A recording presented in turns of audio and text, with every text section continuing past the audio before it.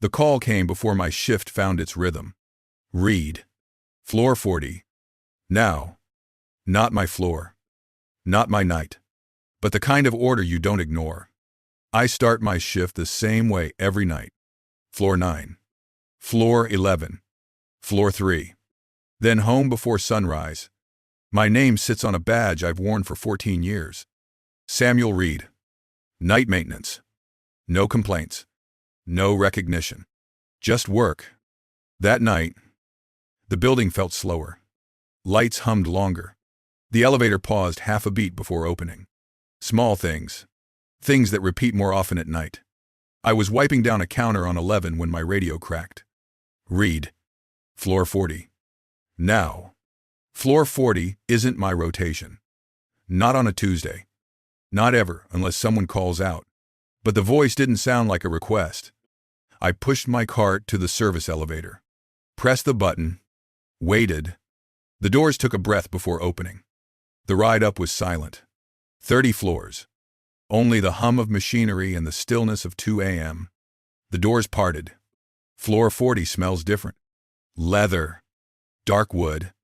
Air so cold it feels deliberate. 2 security guards stood near the corner office. Between them, a man in a tailored suit turned toward me. Graham Lorne. CEO. 8 months in. A name people whispered like it meant momentum. He looked at me without blinking. You were on this floor earlier. I shook my head. No. Sir. Not tonight. He stepped closer. His tie was loosened. His eyes were sharp in a way that didn't match the hour. My watch is gone, he said. Crystal and stone. $38,500. He paused. The kind that doesn't walk away on its own. I stood still. Stillness works. I wasn't on this floor. Sir. He pointed to my bag. Open it. I lowered it to the ground. Unzipped it slowly. Before I could move, he grabbed it. Turned it upside down. Everything slipped onto the marble. My wallet. A photo of my wife. My lunch container. Tools. A flashlight. No watch. He stared at the pile as if something should change if he looked hard enough. Check his pockets. The guards hesitated. Just long enough for me to see they didn't want to. But they did. Keys. Receipts. Loose change. Nothing else. Graham's voice dropped. You hit it. Not a question. A verdict. I didn't take anything. I said. He didn't respond. He just stepped so close, I could see the tiny pattern on his collar. His voice turned low. Things shine. Some people grab them. Reflex. I didn't look at him. I looked past him. Past the guards. Straight ahead. One guard cleared his throat. Sir, we should document this. Graham inhaled slowly. Then nodded. Document everything. I want him out of this building by morning. He walked toward his private elevator. Pressed the button. The doors opened. Right before they closed, he said, 14 years mean nothing if you break trust. The elevator sank. The hallway returned to silence. I knelt. Gathered my things one by one. The photo of my wife is facing upward. I picked it up and put it back. One guard shifted. Maybe to speak. Maybe not. I didn't give him room. I zipped my bag. Stood up. Walked to the service elevator. In the shaft. The air stayed still. Nothing moved except the cable above me. Bioshamam. My badge stopped working. One swipe. Red light. Another swipe. Another red light. A new guard stepped forward. Sorry. Sir, your access is revoked. Just like that. 14 years reduced to a command sent overnight. I walked outside. Cold air hit my face. Traffic moved steadily. Nothing slowed. I drove home. My wife, Lena, sat in the kitchen when I entered, her hands wrapped around a mug for warmth more than taste. You're early, she said. Then her eyes narrowed. What happened? I hung my coat. Kept my voice even. They're restructuring. Gave me some time off. Her eyes searched mine. She didn't push. Come eat. she whispered. We sat. 2 plates. 2 utensils. The clock is ticking loudly. That afternoon, rumors swirled through Northbridge Tower. I wasn't there to hear them, but I knew their shape. Old man stole a watch. $38,500. Always the quiet ones. I stayed home, fixed a loose hinge on a cabinet, folded laundry, sat beside my wife while she rested. That evening, Jonah Price called. He works the same shift.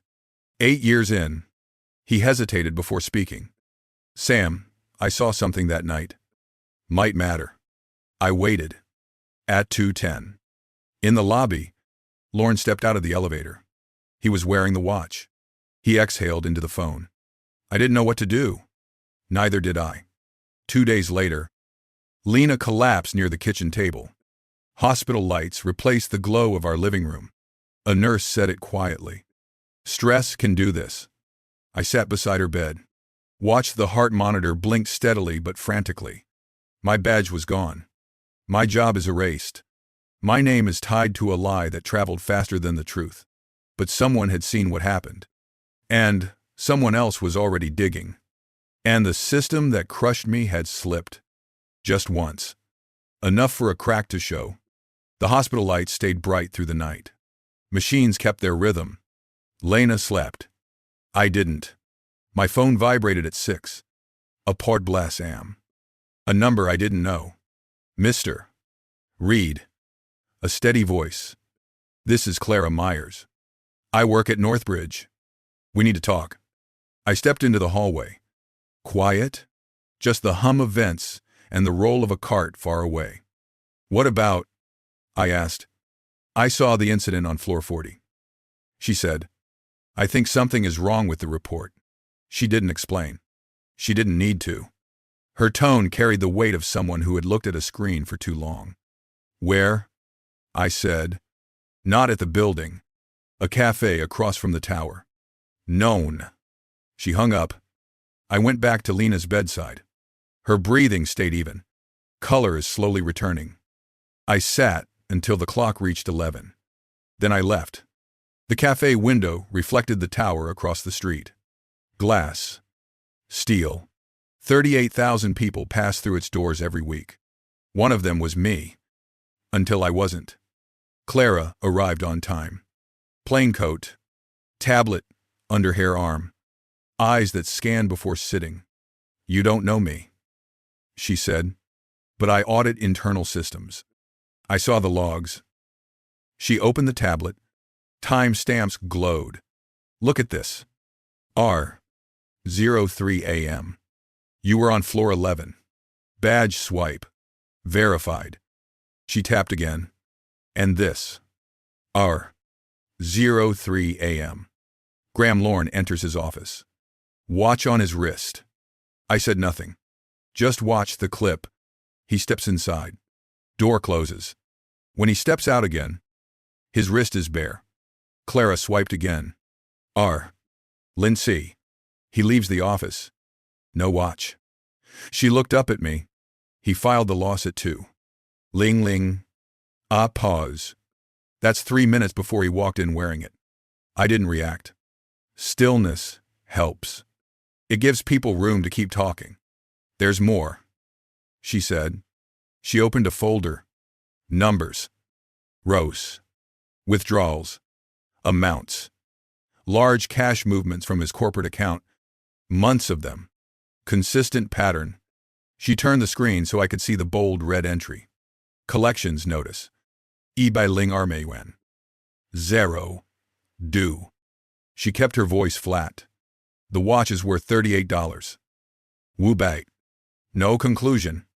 No accusation. Just facts. I nodded. Clara lowered her voice.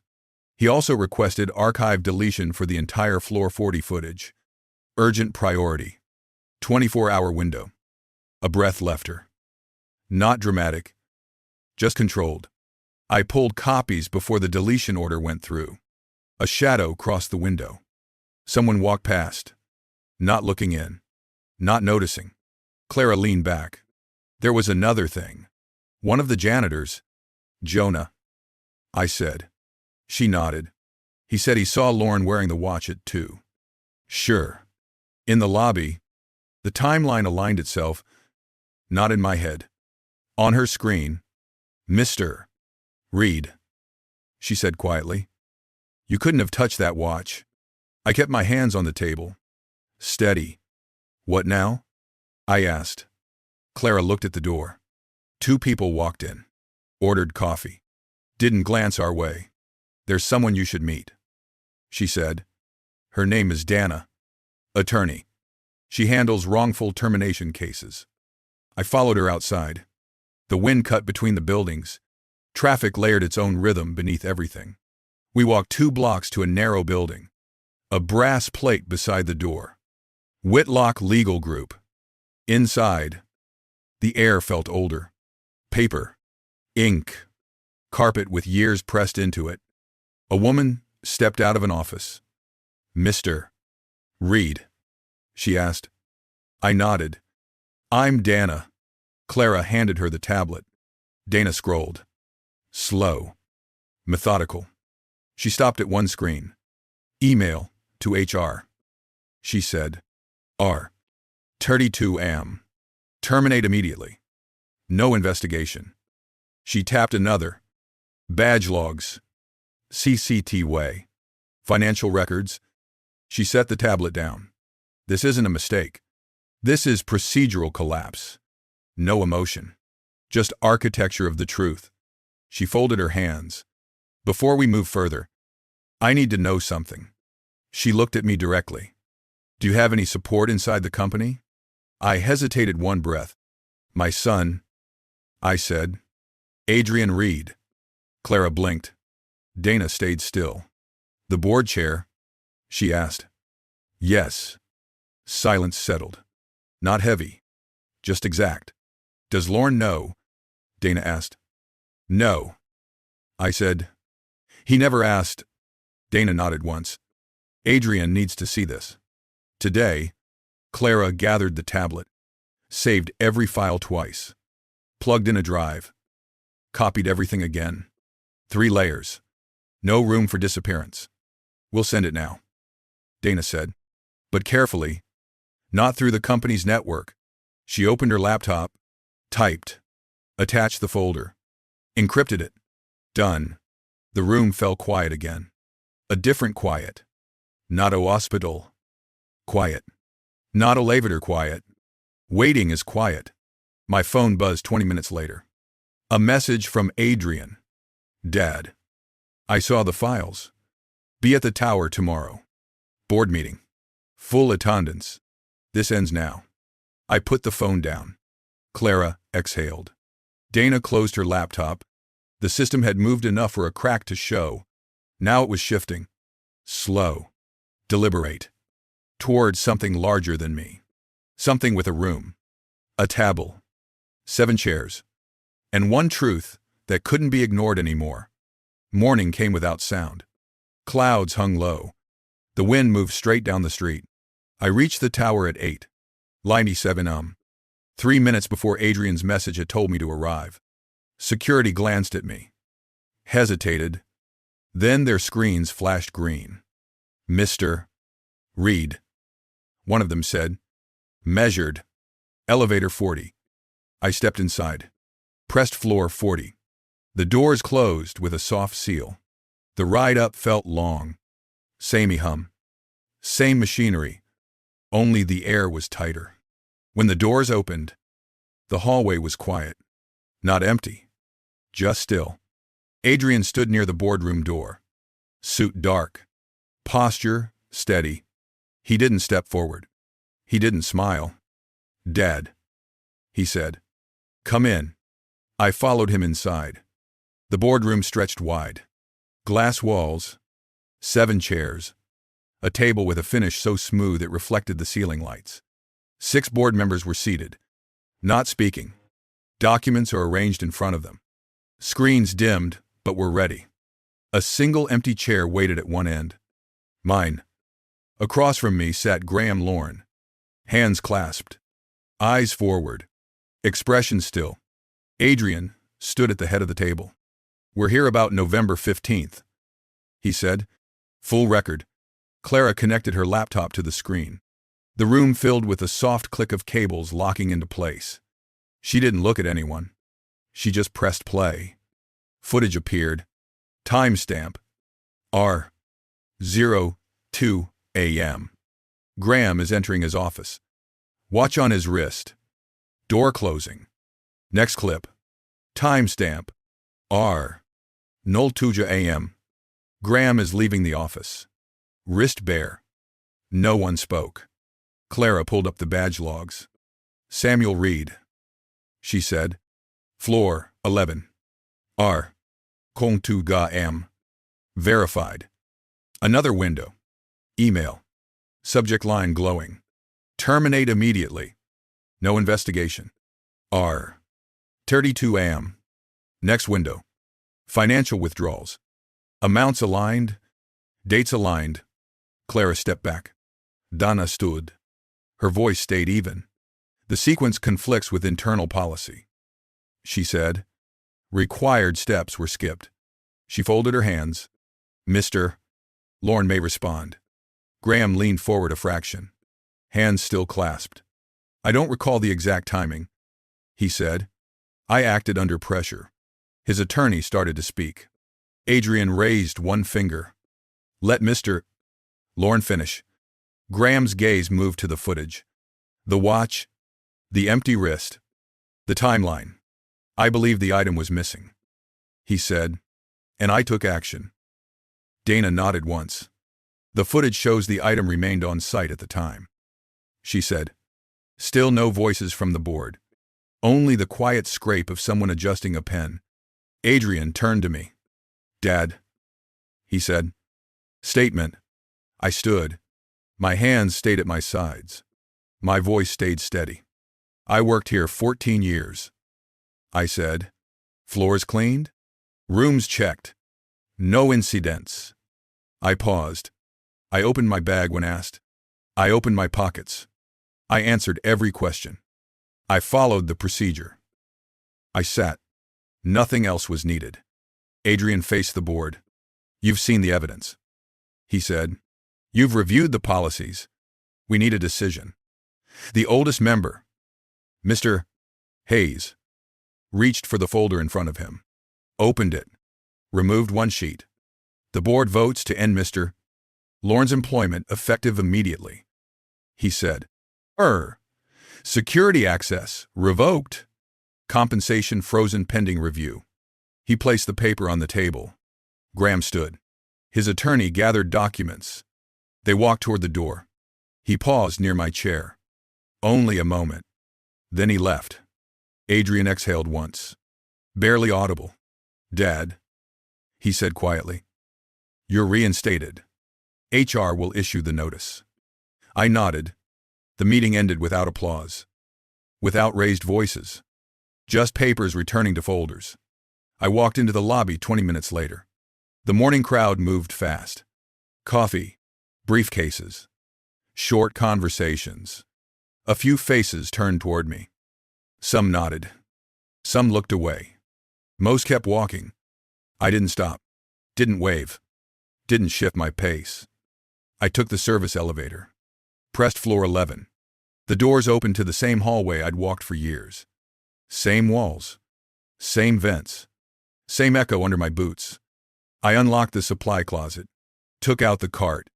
Checked the mop head. Wheeled it forward. Work didn't change. Floors still needed cleaning. Trash still needs to be collected. Night still followed day. At Nuone, I called the hospital. Lena was awake, stable. Her voice is steadier. Sam, she whispered. You sound different. I leaned against the wall outside the janitor's closet. Listened to the hum of the lights overhead. Just a long morning, I said. She didn't push. Come when you can, she said. I will. I hung up, picked up the mop, returned to the hallway. 14 years of work remained. They had been paused, not erased. And today, reinstated, quiet, systemic, by procedure, not favor. Justice is the moment a system corrects its own steps. If stories like this matter to you, stories where evidence speaks and procedures hold, share it. Add your voice. And follow Black CEO Tales for quieter corrections in loud systems.